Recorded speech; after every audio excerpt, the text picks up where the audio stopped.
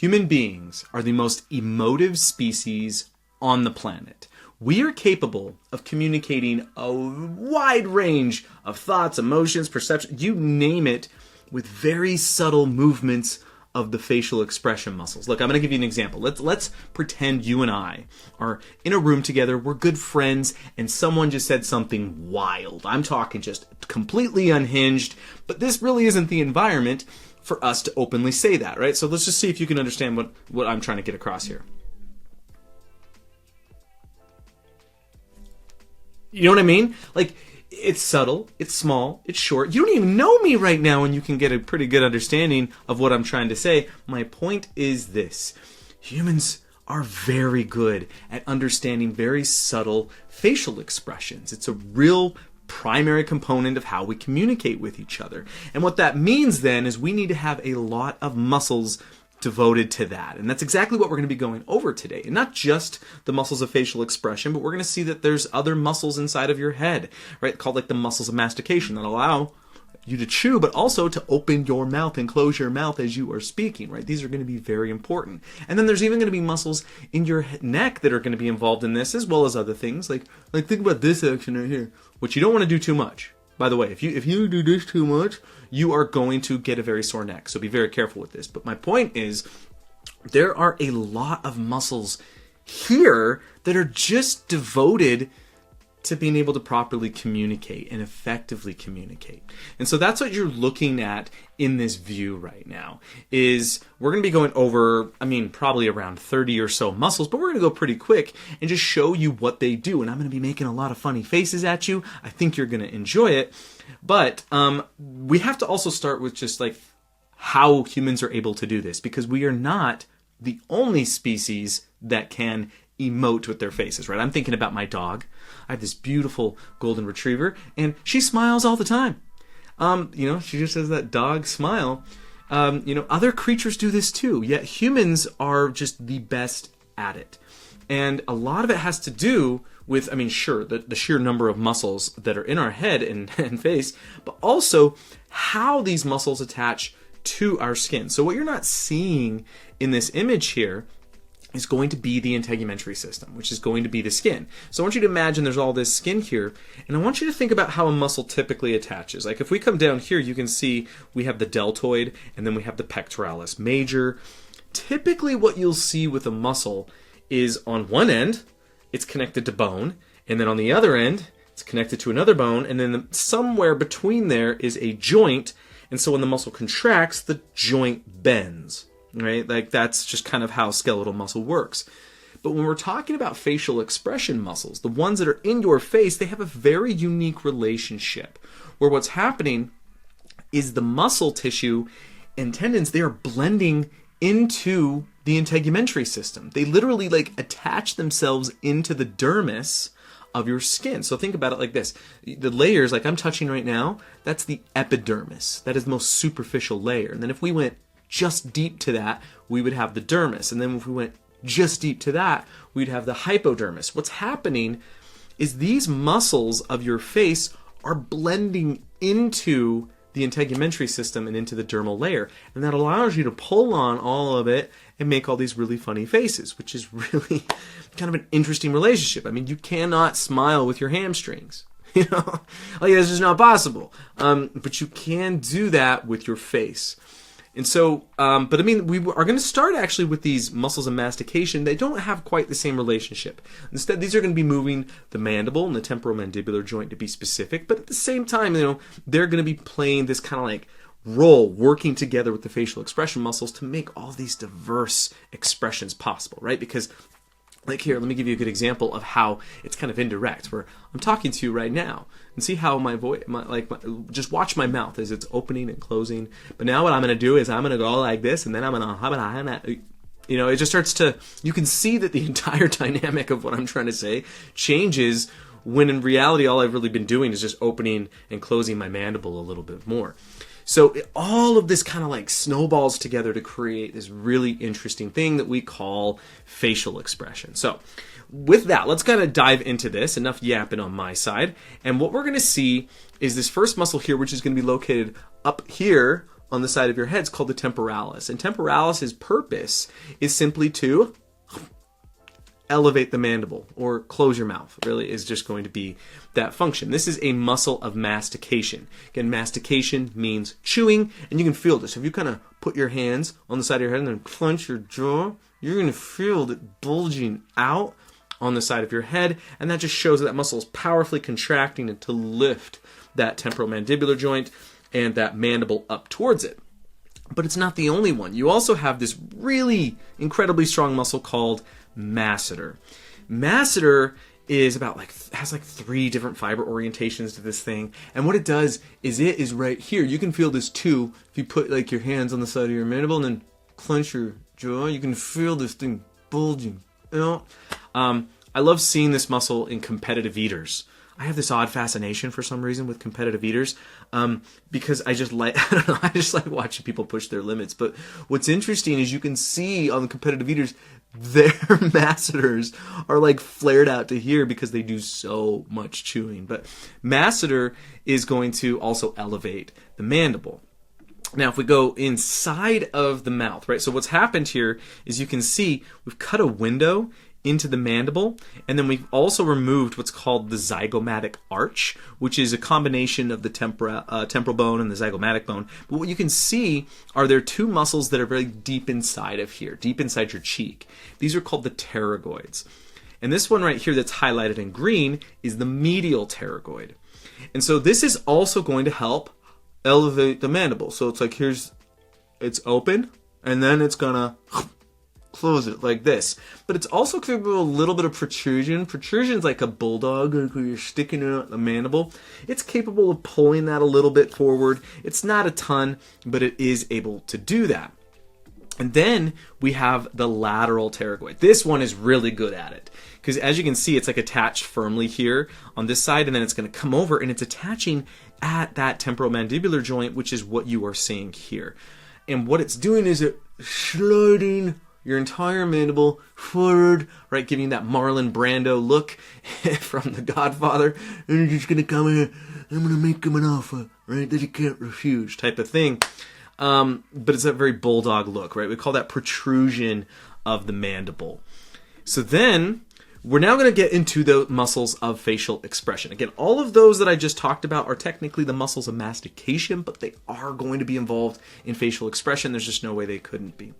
And so all of these are the muscles that are just going to be right in here, right? These are here to emote. So we're going to kind of break this down as best we can. And the first one we see is going to be this right here, which is actually only one part of it. There is more to this muscle that is attached in the back. This is called the occipitofrontalis muscle. And you are looking at the frontal belly specifically of it. And then if you look closely, you can see this white. This is called the galla aponeurotica. It's this connective tissue that wraps around and connects it to its other belly on the other side of your head. But let's just focus on the frontal belly for now, because what this can do, and I'll make funny faces for you. Watch this. It's it can elevate your eyebrows. It can go like this. So it's in surprise, oh, right? And it also can help furrow your brow too a little bit. It can kind of pull and scrunch your forehead, especially if you, I'm trying to isolate it. It's hard. I'm going to have to get the rest of my facial muscles inside of here. But as it kind of goes down, that is going to just kind of furrow your brow. So you can also see contracting this muscle can create those lines, those creases in the forehead. And this is also a really big target for Botox injections. Just kind of an FYI there, but that would make sense because Botox is essentially a paralytic. And what it's going to do is it's going to prevent this muscle from being able to contract. And so then it just kind of releases. And so then it's someone surprises you and you're hey, I am so surprised right now. And you're not getting those creases, right? So this is going to be the frontalis. This next one is called the orbicularis oculi, and this is a circular muscle, and it's kind of just spiraling around the eye, and it goes over the eyelids. And what it's going to do is you can think of it like a sphincter. What it's going to do is it's going to tightly close those eyes. So it's just going to the way I like to think about it is, say sweat is coming down in your eyes, or maybe you're showering and shampoo gets in, you're just that moment where you got to really lock down your eyes. That is going to be pure orbicularis oculi. Then we have the procerus. So procerus, I'm going to, again, try to isolate this the best I can. Procerus is kind of like, it's scrunching in this area here. So it's kind of like you're concerned, or you're really intentfully, listening, like, interesting. Which, can definitely create creases. I got some. I think a lot, I guess. I don't know. But this is just going to scrunch it just like this, as though you're expressing some kind of concern or you're deep in thought, something along those lines. We then have the nasalis. Now, nasalis, this can help flare your nostrils. So it's like, because it's like literally lifting on the nostrils and going back. It can also be involved in a little bit of scrunching. Granted, there's other muscles kind of combining with it, but it's definitely going to be involved. And what it can do is nasalis can like help compress just the nasal passages, the cartilaginous portion of the nasal passages. So think like you're sniffing, like, what's that smell? That type of thing is going to be nasalis, really kind of pulling on those the nostrils, as well as just like the upper part of the nostrils, really. But again, there's more muscles combined and involved in that action, but nasalis is definitely going to be playing a role. Now, we have orbicularis oris. So we had orbicularis oculi that was surrounding the eye. Now we have orbicularis oris, which is surrounding the mouth. And this is, again, another circular muscle. What it's going to do is just going to... I like to think like you're giving like a smooch. And when I say smooch, it's like, to me, a kiss would be different. I don't know why I'm breaking down the mechanics and definitions of kisses, but to me, a smooch would be like you're giving this pucker. It's like something, your grandma would do. This, like this peck. But what it's doing is it's pursing the lips. So it's like everything's just squeezing the lips like this. That is going to be orbicularis oris in action. Now, we go to this next one, which is levator labii superioris. So levator labii superioris, if you break down its name, labii means lips. So levator means elevate, and then it's just going to be on the superior side. So it's like this. So it's like... So this can be... I'm trying to isolate it. This is always weird when I'm making these funny faces. So it's like... It's really kind of lifting the lips. I'm trying to get this very broad attachment, because there's another one that's not really highlighted, but if you look really closely, there's this narrow muscle right here. This is called the levator labii superioris alaquinasi, which is like the hardest muscle to say. That one is like a pure snarl, like in disgust, like, oh, how dare you, sir? Right? I think of it as like this very hoity-toity, just like, I don't know, snobbish type of thing, but it's disgust. This one isn't quite disgust. Levator labii superioris is kind of like, oh, like it can be involved in it, but it's not outright disgust. This can really get, especially if you're laughing. Right, depends on how you laugh and your particular type of smile. But yeah, this is going to be levator labii superioris, just going to lift those lips like so. Then we have zygomaticus minor. Now, zygomaticus minor, this is where you're starting to really get into the smiling action. But pure zygomaticus minor doesn't really smile. I mean, it does smile. It's like this. Right? But that's kind of this weirdish smile. It's like, because it's pulling a little more up at this angle. What we really want to get is zygomaticus major, which is going to be right next to it. And we'll see that in just a second. Both of them together are what's going to create, that wide smile. But this is still going to be involved in like lifting the lips. You can see how it's attaching at that portion of the lips. It's just going to help lift it. So then we get the buccinator. Sometimes you'll hear people say buccinator, but this is going to be the buccinator. And what this does is kind of like you're blowing out a candle is the best way to do it. So if like you feel into your cheeks and then go, there's a tension, right? There's like this tension. Basically what it does is it goes, and it locks down and creates rigidity in the cheeks and allows you just to very effectively blow out a candle, like a birthday cake, or possibly like maybe you're sipping a drink through a straw. That is also going to be involving the buccinator. And then here is zygomaticus major, like I promised. So when you put zygomaticus major and minor together, what they're going to do is, hi, this nice, pleasant smile. Hi, I'm Justin. Nice to meet you, right? This is, when we think about like a very pleasant smile, we're talking about the zygomaticus muscles. So both major and minor together are going to properly lift, and that everything is okay, right? That type of thing is what you get with zygomaticus major and minor. And that is, then we have depressor anguli oris. So depressor anguli oris, levator anguli oris. Levator, there is a depressor anguli oris, but levator anguli oris. So this one is doing kind of a similar thing. It's going to kind of lift. It's deeper down though. So it's like I'm trying to like isolate it. So this is kind of like, I like to think of it like this. Like it's not quite a smirk. It's kind of just like your, interesting. And granted, there's other muscles involved here, but it's like you're lifting right there. Like this, where it's not a smile. There might be some falsehoods with it, but it is definitely still going to help with that. Now, it gets involved if you're doing a really good smile, but if you isolate it, it's, I don't know. I don't trust that smile. So then we get the risorius, and this is definitely one you do not trust. The way it's always described is like, this is the Joker smile. It's this very lateral, like, hello, right? Anybody who's doing this, things you got to be weary, right? That's suspicious. If anyone's doing that very lateral smile, everything's fine. What do you mean? Everything's fine. Like you don't want that type of action. That is going to be the risorius. Then we go and we get, this is the depressor anguli oris that I was kind of mentioning earlier. So this one is your typical frown. So I'm trying to angle it, or it's because you want the angle. The depressor anguli oris is going to be important. But if you'll notice, I'm also keeping my lips together. Because if I didn't keep my lips together, that's when we were talking about depressor labii inferior. So this is like your pouting muscle. What it does is it just pulls it down on its chin. Right? Like, I don't know. I have young kids, so I see this face quite a bit. That pouty, just like, why? Why? Right? Like it's just that pouty type of smile. I'm not smile, frown. That is going to be pure depressor labii inferioris. And then we get the mentalis. Now mentalis, you can't really see with me because I have some facial hair here, but what it does, it kind of can help wrinkle the skin around the chin. But you see this when people are like really concerned, like, I see what you're saying. It's just that, there's like this locking down on the chin, and it shows a very clear sign of thinking about something, right? That is exactly what mentalis is going to do. So you're thinking, you're taking something into consideration. And then we get into the neck muscles. Now, the first neck muscle is technically a facial expression muscle, although it's a very strange one. And I got to be careful with this because, again, this is the one that makes you feel sore. So this is called the platysma. And what it does is it attaches to the mandible, and then it comes down and drapes over the clavicles or your collarbones.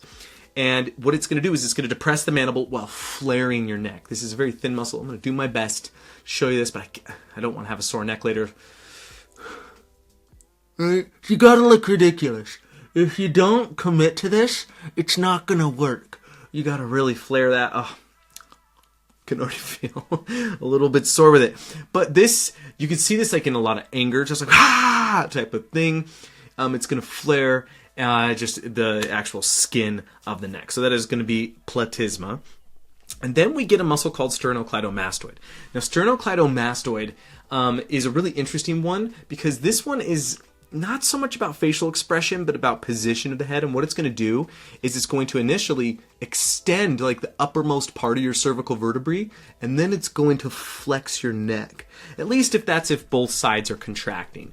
But if we just pretend like that, this is kind of like a text neck, right? It's kind of like you're just going like this, you're with your phone, you're on the computer, right? Those types of things. That's this really forward head position. That is when both sides of the sternocleidomastoid are contracting. But if only one side contracts, as you can see here, it's swinging. You see this like angle here? What it can do is a contralateral rotation, which is just a fancy way of saying that if my right side of the muscle contracts, I rotate to the left.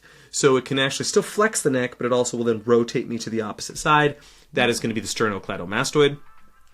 Then we have the mylohyoid. Mylohyoid is a hyoid muscle, which probably doesn't surprise you, but there are many different types of hyoids.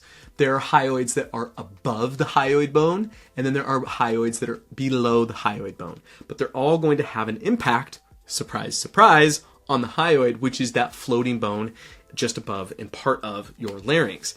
And the mylohyoid can help to elevate it a little bit, but if you can kind of isolate the hyoid, it can also help to depress your mandible. So it could do this. Like it's not a lot. It's kind of like I like to think like almost like someone surprises you just really subtly. You're just like sitting there and you're just that type of thing. That is going to be mylohyoid. Then we get sternohyoid. So sternohyoid is going to be an infrahyoid muscle. This is going to help to depress the hyoid. So it's coming down here and it's just going to pull that down. Which, by the way, if you want to find your hyoid, all you got to do is very gently palpate the front and anterior side of your neck. Then just go to the side, and then I want you to swallow, and you're going to feel something go up and then down. That is the hyoid bone. So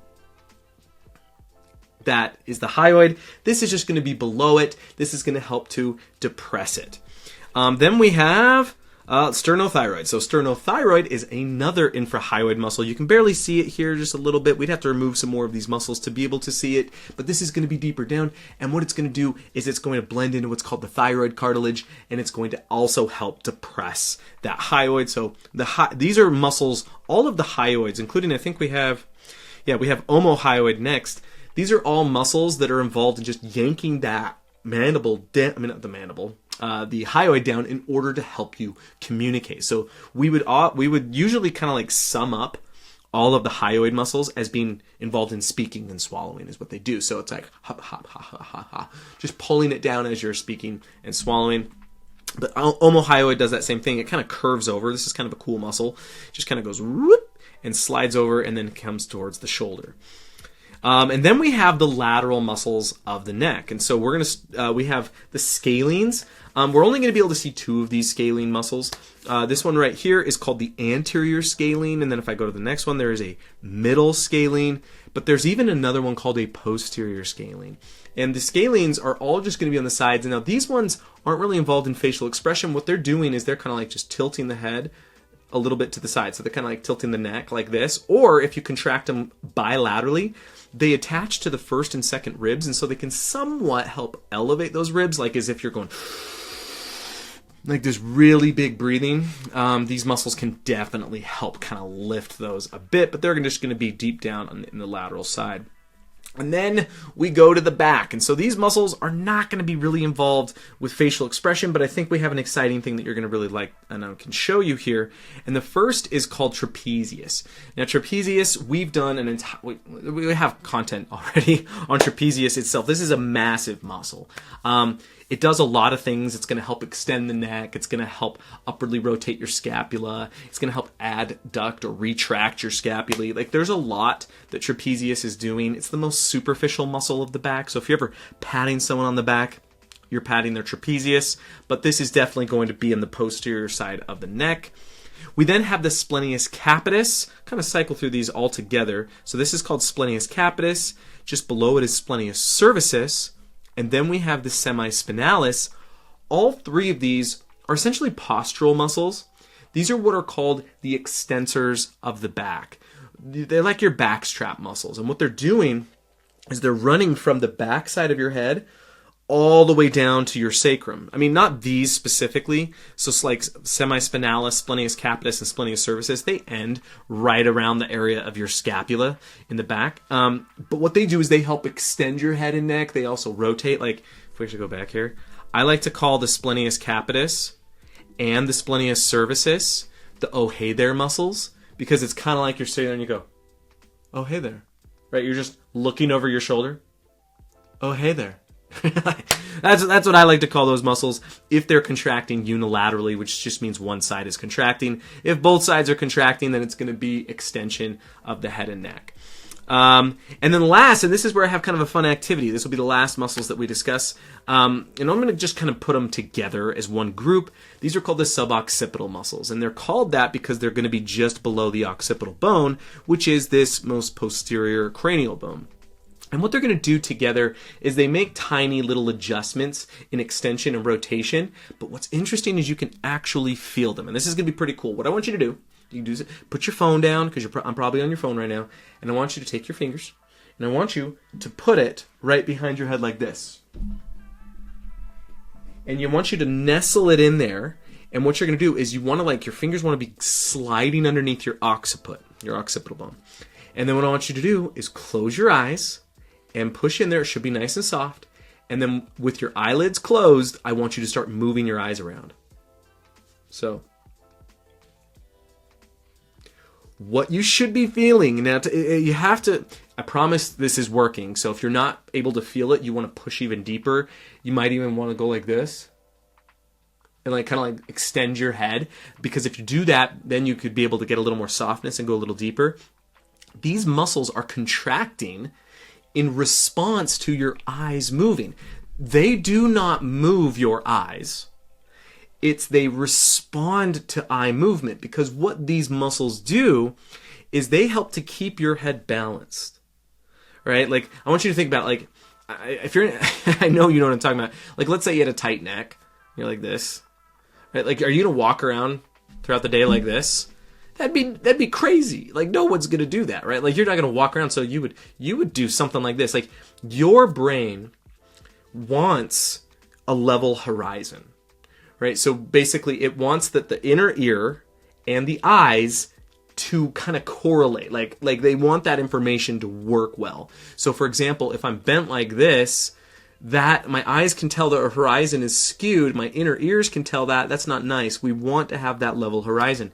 Well, when you're walking, when you're looking, when you're running, when you're doing those types of things, what'll happen is the suboccipitals will help make all these micro adjustments to try and keep things centered. It's like a bobblehead. Like, think like a type of situation, and it's trying to just kind of isolate the movement and just kind of bring everything back to normal and keep your eyes on the horizon.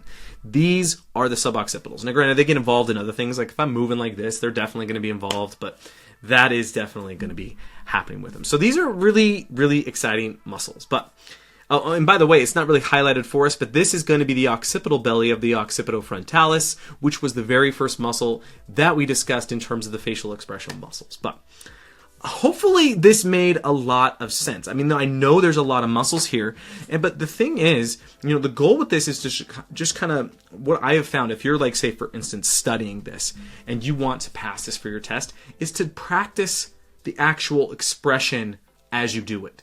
That goes for any muscle, but definitely for these muscles because there's so many of them. But I find that most students actually learn these really well if they just go through the exercise. So it's like practice procerus, frontalis, right? Zygomaticus major and minor. Like, do the action, because then that's going to like merge, the different types of learning, right? That's a very kinesthetic, hands-on type of learning, which is going to be phenomenal for the brain. But one thing I want to show you is everything that I have been using is part of what's called a study unit here at Kendall. Now, this is a premium feature, but I want to kind of show you how this works. So I'm going to scroll up to the top, and we have these study units, which are the best way to learn. I'm telling you, you can't beat this.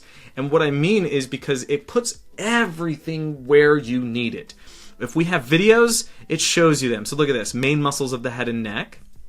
We can come back, muscles of facial expression, muscles of mastication, muscles of the anterior neck. If we have a video on it, we put it right here. Then we put a quiz right in this study unit for you as well. We will also have custom quizzes, and then we have the atlas images, which is what I use today to go over this. Strongly encourage you to learn this way, because again, just keep on going. Then we put the summary tables, and then if you keep going to the bottom, that's where we put all the articles. And by the way, these articles though are 100% free. You are welcome to read any of these anytime you want. But we also put it there, right? These study units are built to teach you exactly what you need to know. Again, this is a premium feature, but we're going to go ahead and leave a link down in the description below for you to go ahead and check this out, because we believe so strongly in it. But I really hope that you had some value in today's video. Be sure to let us know in the comment section below while you're down there just what else you would like us to cover, right? What other things are interesting to you in the body that you'd like us to discuss while you're down there. Please leave a like. That kind of stuff goes a long way, helps us, helps this video perform better so more people can learn. But regardless, as always, I appreciate having you here, and I will see you next time.